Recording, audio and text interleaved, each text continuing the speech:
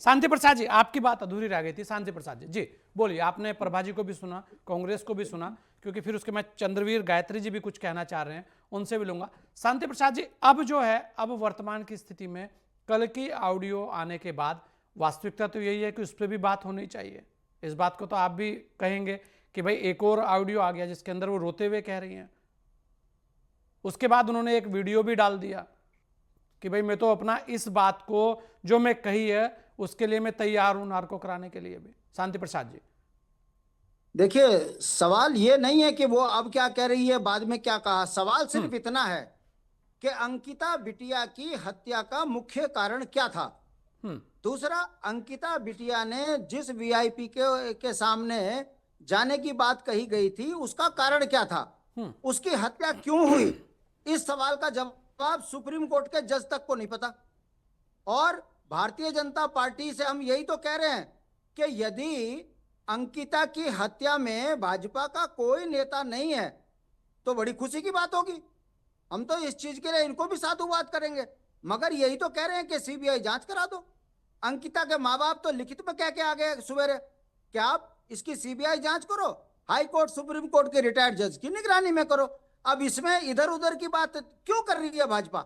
हम यही तो कह रहे हैं कि आप इधर उधर की बात ना करो, ये बताओ अंकिता बिटिया की हत्या क्यों हुई और क्या कारण था कि भाजपा के नेता ने भाजपा ही की पार्टी पे ही आरोप लगा दिए। भाजपा की नेत्री चीख चीख कर कह रही है कि शांति प्रसाद जी, वो तो कहा गया कि वो तो पार्टी से निष्कासित हो गए थे, उन्हें तो निकाल दिया गया था, उनकी तो अपनी दुश्मनी है। ये बात तो वो कह भी रही है कि इनकी आपसी दुश्मनी थी। मैं क्या कह रहा हूं, अगर इनकी आपसी दुश्मनी थी और भाजपा ने उनको निकाल दिया तो वो अपराध से मुक्त हो गए।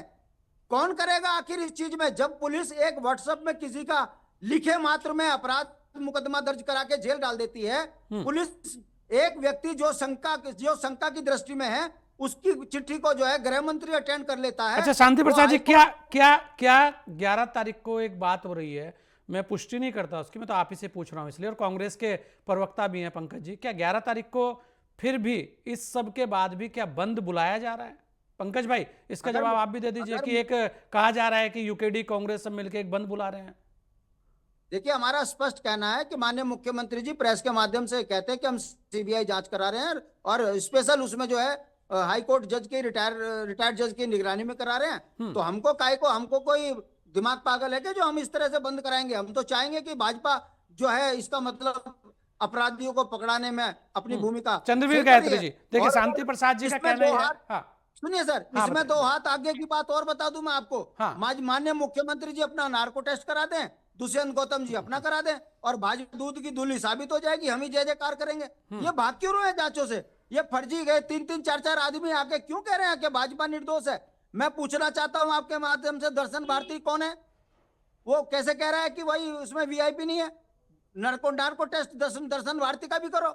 ये बदल के चेहरे क्यों आ रहे हैं। क्यों मुख्यमंत्री प्रेस कॉन्फ्रेंस करके भाग रहे हैं। क्यों गायत्री जी आपके मंत्री वन मंत्री भाग रहे हैं, सांसद प्रेस करके भाग रहे हैं, क्यों धमका रहे हैं ये प्रेस को। नहीं, अगर इस पे, अगर मैं यही कह रहा हूं शांति प्रसाद जी, कहीं तो चूक हुई है।